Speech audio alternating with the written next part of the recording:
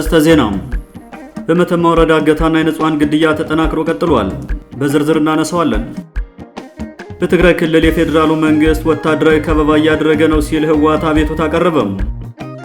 ከትግራይ ሳንወጣ በክልሉ የሚገኙ ባንኮች የገጠማቸው የጥሬ ገንዘብ እጥረት ረጅ ተቋማት ለተፈናቃዮች በሚሰጡት ሰብአዊ ድጋፍ ላይ ቀጥተኛ ጫና እየፈጠረ መሆኑ ተገልጿል። ይህን በዝርዝር እናነሳዋለን።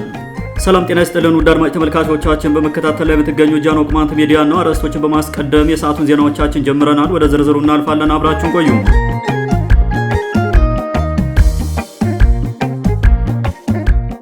በመተማ ወረዳ እገታና የንጹሃን ግድያ ተጠናክሮ ቀጥሏል። በመተማ ወረዳ የሚደረገው የንጹሃን ዜጎች እገታና ግድያ ተባብሶ መቀጠሉን የመቃ ቀበሌ ነዋሪዎች ለጃኖ ቅማንት ሚዲያ ገልጸዋል። ባለፈው ሳምንት ከሌንጫ በሞተር ሳይክል ተሳፍረው ወደ መቃ ሲመጡ የነበሩ አንዲት ሕፃን የያዙ ባልና ሚስት አባ ጎርድም የተባለው ቦታ ላይ በአማራ ሽፍታ ታግተው ለባሳ ወደ ተባለው ቦታ ተወስደው ጥቃት እንደተፈጸመባቸው ምንጮቻችን ተናግረዋል። አራቱ ሰዎች ከታገቱ በኋላ በተደረገ የስልክ ልውውጥ የማስለቀቂያ ገንዘብ ለመክፈል በተደረሰው ስምምነት መሰረት ባለፈው ማክሰኞ ጧት ገነተ ማርያም የተባለው ቦታ ላይ ተወስዶ ገንዘቡ ከተሰጠ በኋላ አጋቾች በተያዙት ሰዎች ላይ ጥቃት መፈጸማቸው ታውቋል። በተፈጸመው ጥቃት የታገተችው እናት ከህፃን ልጇ ጋር በግፍ ሲገደሉ ባለቤቷና ሞተር ሳይክል አሽከርካሪው ቆስለው ማምለጣቸውን የመረጃ ምንጮቻችን ገልጸዋል። ሁለት ወንዶች ቆስለው ሊያመልጡ የቻሉት ገንዘቡን ለማስረከብ የተላከው ግለሰብ መሳሪያ የታጠቀ ስለነበር ባደረገው የመከላከል ተኩስ ምክንያት ነው ያሉን የመቃ ቀበሌ ነዋሪዎች የተገደለችው እናትና ህፃኑ አስከሬን በዕለቱ ተነስቶ ወደ ሌንጫ መላኩን ተናግረዋል። እነዚህ ንጹሃን ከመታገታቸው ከቀናት በፊት አንዲት ለመውለድ የደረሰች እርጉዝ ሴትና አንዲት የ6 ወር ህፃን የያዘች ሌላ እናት እንዲሁም አሳፍሯቸው ሲጓዝ የነበረው ሞተረኛ ታግተው ለባሳ ወደ ተባለው ቀበሌ መወሰዳቸውን ጃኖ ቅማንት ሚዲያ ዘግቦ ነበር። በሌላ ዜና ባለፈው ኩመራው ላላ የተባለው ቦታ ከአንድ መኪና ተጠራርገው ታፍነው ከተወሰዱት በርካታ ተሳፋሪዎች መካከል 1 ሚሊዮን ብር ተከፍሎላቸው መለቀቃቸውን የመረጃ ምንጮቻችን ገልጸዋል። ባሳለፍነው ማክሰኞ የካቲት 24 ቀን 2018 ዓ.ም ደረቅ አባይ የተባለው ቦታ ላይ በአባዱላ ህዝብ ማመላለሻ ተሳፍረው ሲጓዙ የነበሩ ሰዎች በተለመዱ የአካባቢ አማራ ታጣቂዎች ታግተው መወሰዳቸውም ተሰምቷል። ሰው እገታን የገቢ ምንጫቸው በማድረግ በቀጠናው የተሰማሩ ጽንፈኛ ታጣቂዎች መንገድ ላይ መኪኖችን እያስቆሙ የቅማንት ተወላጆችን እየመረጡ እንደሚያግቱ የአካባቢው ማህበረሰብ በተደጋጋሚ እየገለጸ ይገኛል።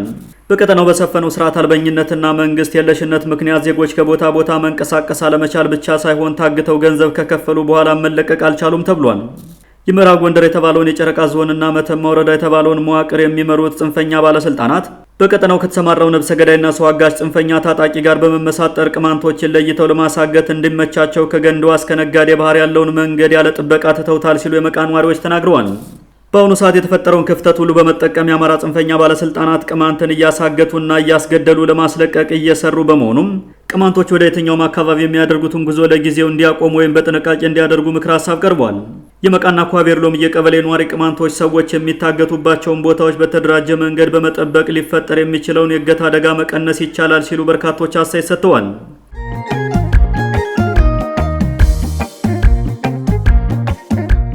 በትግራይ ክልል የፌዴራሉ መንግስት ወታደራዊ ከበባ እያደረገ ነው ሲል ህወሓት አቤቱታ አቀረበም።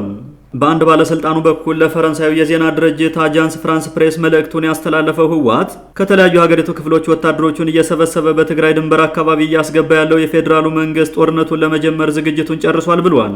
ይህን የተገነዘበው ህወሓትም ታጣቂዎቹን በድንበር አካባቢ ማስፈሩ የታወቀ ሲሆን እየተጠበቀ ያለው የጦርነት መጀመሪያ ፊሽካ መሆኑን በርካታ ምንጮች ይፋ አድርገዋል።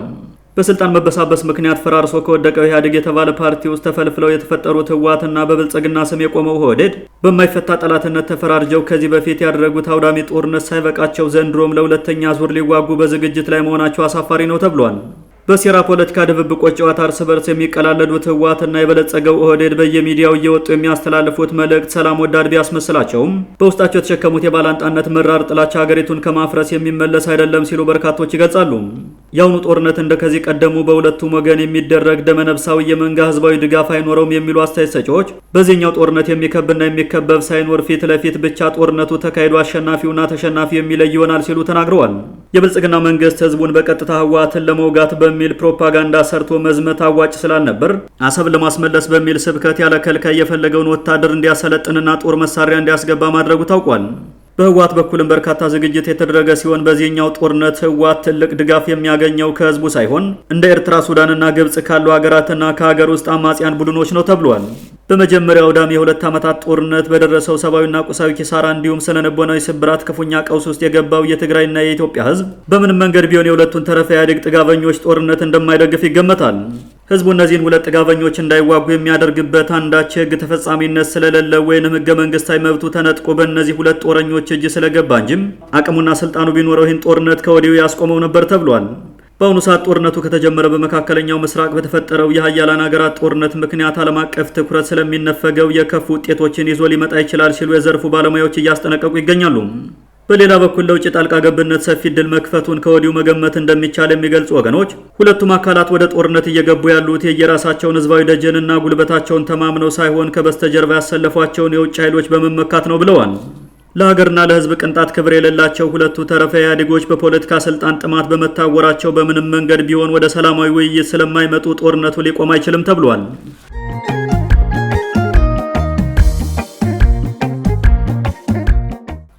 በትግራይ ክልል የሚገኙ ባንኮች የገጠማቸው የጥሬ ገንዘብ እጥረት ረጅ ተቋማት ለተፈናቃዮች በሚሰጡት ሰብአዊ ድጋፍ ላይ ቀጥተኛ ጫና እየፈጠረ መሆኑ ተገለጸ። ከቅርብ ጊዜ ወዲህ በትግራይ ክልል እያየለ የመጣውን ውጥረት ተከትሎ በክልሉ የሚገኙ ባንኮች ከፍተኛ የጥሬ ገንዘብ እጥረት የገጠማቸው ሲሆን ይህም ረጅ ተቋማት ለተፈናቃዮች የሚያደርጉትን የገንዘብ ድጋፍ እያስተጓጎለ ነው ተብሏል። የተባበሩት መንግስታት ድርጅት የሰብአዊ ጉዳዮች ማስተባበሪያ ጽሕፈት ቤት ኦቻ እንደገለጸው ከሆነም በትግራይ ክልል በሚገኙ ባንኮች የገጠመው የጥሬ ገንዘብ ውስንነት ሰብአዊ ድርጅቶች ለተፈናቃዮች ድጋፍ ለማድረስ የሚያደርጉትን እንቅስቃሴ ማስተጓጎሉ ታውቋል።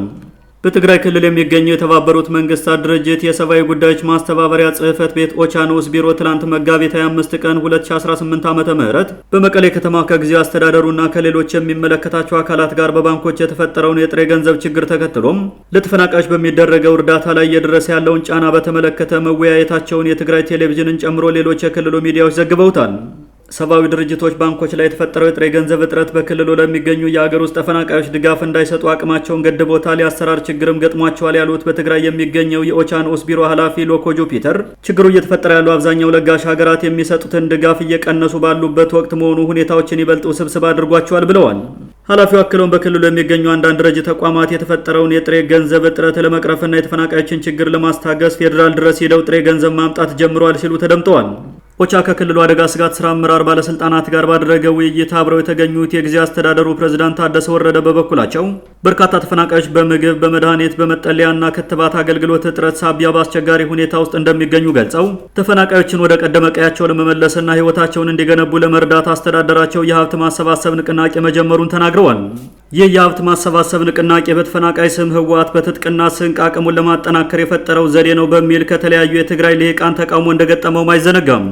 ጦርነትን ብቻ የመፍትሄ አማራጭ ያደረጉት ብልጽግናና ህወሓት አሁንም ከቤት ንብረቱ ተፈናቅሎ በረሃብ፣ በውሃ ጥም፣ በመጠለያ እጦት፣ በሕክምና እጥረትና መሰል ችግሮች እየታመሰ ያለውን በሚሊዮን የሚቆጠር ህዝብ በዳግም ጦርነት ፍዳውን ለማስቆጠር የጦርነት አፋፍ ላይ ቆመው ማን ቀድሞ ይተኩስ በሚል ተፋጠው ተቀምጠዋል። ያሰላለፍ ለውጥ ያደረጉትን የሻዕቢያ ጦርና ማንም እየተነሳ እንደ ህዳር አህያ የሚጭነውን የአማራ ፋኖ ጨምሮ ህወሓትና ብልጽግና በስውርና በአደባባይ የጦርነት ዝግጅትና የቃላት ጦርነት እያደረጉ ባሉበት በአሁኑ ሰዓት በትግራይ ክልል የነዳጅና የሸቀጣሸቀጥ ምርት ጣራ ከመንካቱም በላይ ግብአቱን ባንኮች እንደገጠማቸው የጥሬ ገንዘብ እጥረት ሁሉ እንደ ልብ ማግኘት እንደማይቻልም ታውቋል።